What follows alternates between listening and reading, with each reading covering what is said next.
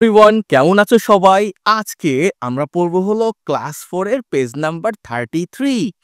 তো ইউনিট 16 এর লেসন 3 আর 5 এখানে আমরা অ্যাট এবং ইন এটার ব্যবহার শিখব। ওকে? তো চলো আমার সাথে, আজকে ক্লাসটা খুবই ইন্টারেস্টিং হতে যাচ্ছে। তোমরা আমার সাথে সাথে শব্দ অর্থগুলো আগে প্র্যাকটিস করো। ওয়ার্ড মিনিং প্র্যাকটিসের জন্য কিন্তু আমি সবসময় বলে থাকি। তো তবুও যারা ওয়ার্ড বিল্ডিং প্র্যাকটিস করতে চাও না একান্তই, তারা একটু ভিডিওটা টেনে আগে চলে যাও, গিয়ে তুমি মূল পড়া থেকে দেখতে পারো। তবে আমি অবশ্যই রেকমেন্ড করব তোমরা আমার সাথে সাথে ওয়ার্ড বিল্ডিং গুলো প্র্যাকটিস করবা। ল্যাঙ্গুয়েজ মানে ভাষা। বলো আমার সাথে, ল্যাঙ্গুয়েজ মানে ভাষা। ল্যাঙ্গুয়েজ মানে ভাষা। ফোকাস মানে কেন্দ্রবিন্দু। ফোকাস মানে কেন্দ্রবিন্দু। ইউজিং মানে ব্যবহার করা। ইউজিং মানে ব্যবহার করছে। ইউজ মানে হলো ব্যবহার করা, আর আই এম ইউজিং মানে আমি ব্যবহার করছি। ইন মানে মধ্যে। ইন মানে মধ্যে। অ্যাট মানে অ্যাট মানে ফর মানে জন্য। ফর মানে জন্য। টাইম মানে সময়। টাইম মানে সময়। মর্নিং মানে সকাল। মর্নিং মানে সকাল। বলো তো গুড মর্নিং মানে কি? দেখি কারা কারা পারো, কমেন্ট করো। আফটারনুন মানে বিকেল। আফটারনুন মানে বিকেল। ইভিনিং মানে সন্ধ্যা। ইভিনিং মানে সন্ধ্যা। মিড ডে মানে মধ্যাহ্ন বা দুপুর। মিড ডে মানে মধ্যাহ্ন বা দুপুর। নাইট মানে রাত। নাইট মানে রাত। মিডনাইট মানে মধ্যরাত। মিডনাইট মানে মধ্যরাত। গেট আপ মানে ওঠা, ঘুম থেকে ওঠা।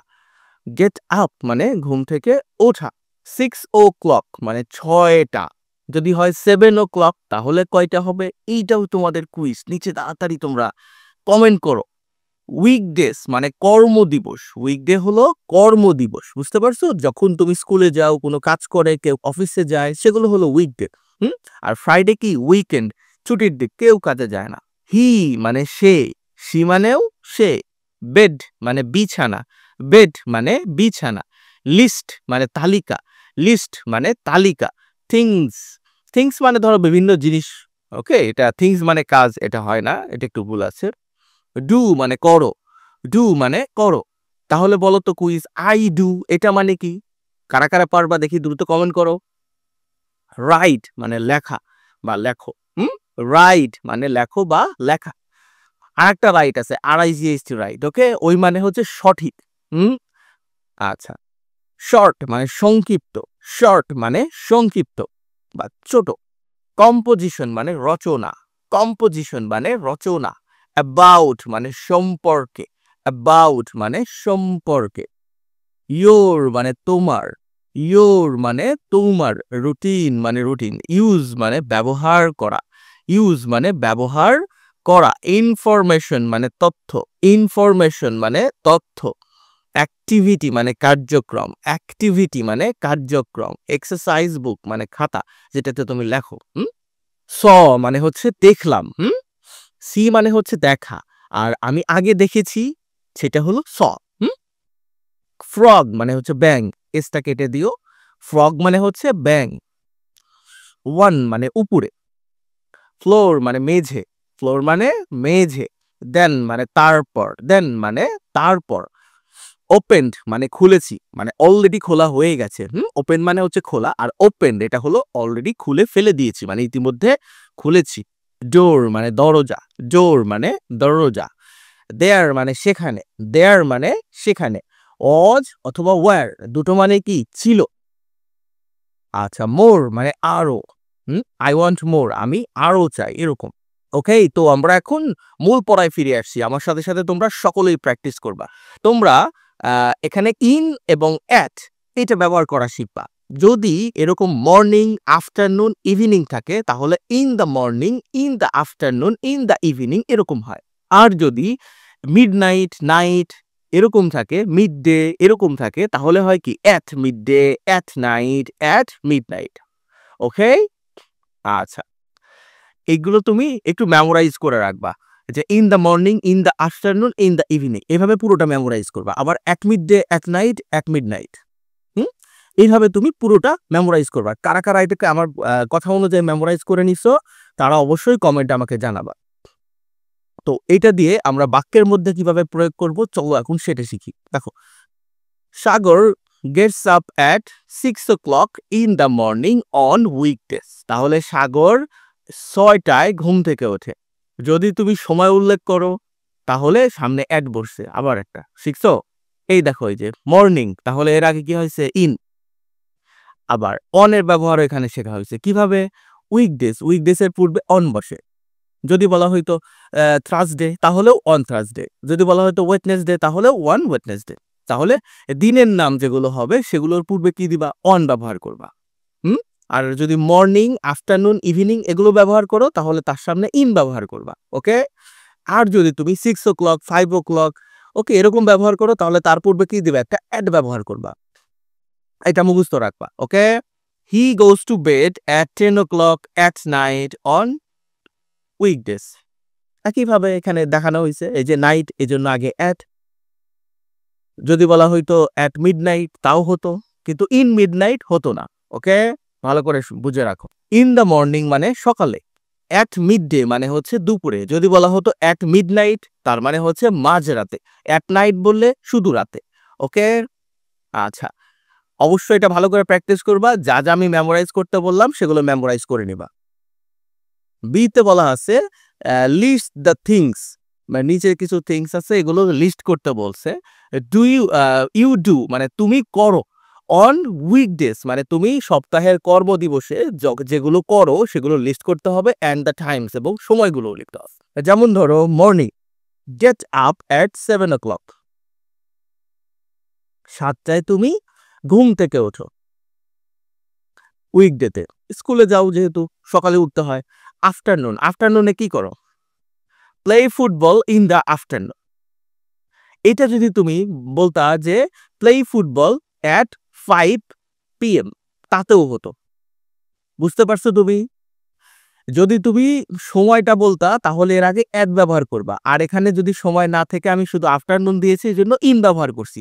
ভালো করে খেয়াল করো। Evening, do homework in the evening. তুমি যদি এটাকে এভাবে দিতা যে ডু হোমওয়ার্ক অ্যাট 7 PM তাও হতো। বুঝতে পারছো আমার কথা? Okay, night, go to bed at 10 PM। তাহলে কি হবে, সময় উল্লেখ করে আমি যদি কোনো কিছু লিখি যে 7 o'clock বা 5 o'clock অথবা 2 PM বা 10 PM বা 5 PM, তার পূর্বে অ্যাড দিব, আর তা না হলে ইন দিয়ে আমরা করে দিব। মর্নিং, উইকেন্ডস, উইকেন্ডস হলো ছুটির দিন। ছুটির দিনে সকালে তুমি কি করো, গেট আপ অ্যাট 8 AM, একটু পরে উঠি। আফটারনুন, আফটারনুনে কি করো, play football in the afternoon অথবা প্লে ফুটবল অ্যাট 5 PM, যাই দাও তুমি।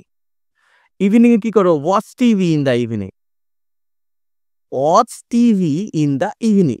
তুমি যদি এটাকে এই ইভিনিং না দিয়ে এখানে সময় উল্লেখ করো তাও করতে পারবা। কিভাবে করবা, watch TV at the, watch TV at 7 AM, sorry 7 PM। Okay, night, go to bed at 11 PM। হয়ে গেছে। আর যদি মিড নাইট হতো তাহলে অ্যাট মিড নাইট বলতে পারতা। আচ্ছা, এখন দেখো তোমাকে এর পরে কি বলছে, ওইটা প্রশ্ন উল্লেখ করতে ভুলে গেছে। আচ্ছা, প্রথমে চলো, বলছে সিতে রাইট এ শর্ট কম্পোজিশন, একটা ছোট করে কম্পোজিশন মানে রচনা লিখতে হবে অ্যাবাউট ইউর উইকডেজ, তোমার উইকডে মানে সপ্তাহের যে দিনগুলোতে তুমি কাজ করো, উইকডে রুটিনে তোমাকে একটা কম্পোজিশন লিখতে হবে। Use the information in activity B, activity বিতে যে ইনফরমেশন দিছো, তথ্যগুলো এখানে লিখছো না সময়গুলো, সেগুলো দিয়েই লিখতে হবে। তো তাহলে চলো আমরা উত্তরটা দেখে নেই, উত্তরটা কি। দেখো, মাই উইকডে রুটিন, এটা হচ্ছে আমার না কম্পোজিশনের নাম। I get up at 7 o'clock in the morning, আমি সকাল 7টায় ঘুম থেকে উঠি। অ্যান্ড গেট রেডি, এবং প্রস্তুত হই বা তৈরি হই ফর স্কুল, স্কুলে যাওয়ার জন্য। আফটার মানে পরে, আফটার স্কুল মানে স্কুলের পর।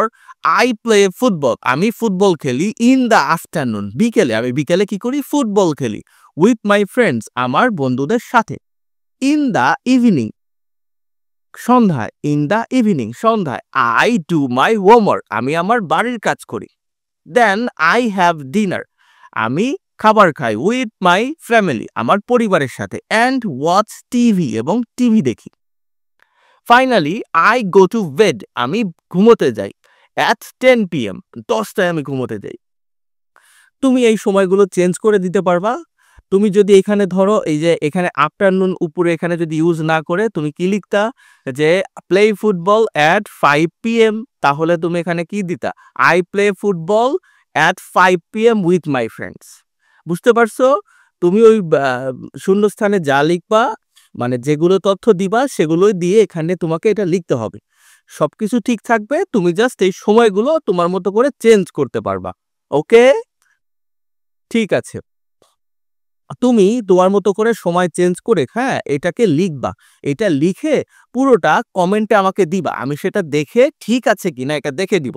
যারা যারা একদম সুন্দর করে যে মাই উইকডে রুটিন লেখা নিচে স্পেস দিয়ে এটাকে সুন্দর করে তোমার মতো করে লিখে পাঠাবে, যাদের যেটা ভুল হবে আমি সেটা ধরে সঠিকটা আমি কমেন্টে উত্তর করে দিব। এতে কি হবে? এতে তোমরা সবাই এটাকে ঠিক করে লিখতে পারবা। ওকে, তো চলো ডিতে চলে যাই। ডিতে কি বলছে? লুক, লিসেন অ্যান্ড সে, দেখো, শোনো এবং বলো। অন মর্নিং, এক সকালে, আই স 4 ফ্রগস, আমি 4টা ব্যাঙ দেখেছি। এই যে 4টা ব্যাঙ। অন দ্য ফ্লোর, মানে ফ্লোরে 4টা ব্যাঙ দেখেছি। Okay, then I open the door, আমি দরজা খুলেছি। অ্যান্ড দেয়ার আর 4 মোর, এবং সেখানে আরো 4টা ছিল। তো তুমি কি করবা? এইটাকে ৮ থেকে ১০ বার পড়ে একটু মুখস্থ করবা, একটু দ্রুত পড়বা। এটা তোমাকে প্রনাউন্স করতে সহযোগিতা করবে। ওকে, কিরকম?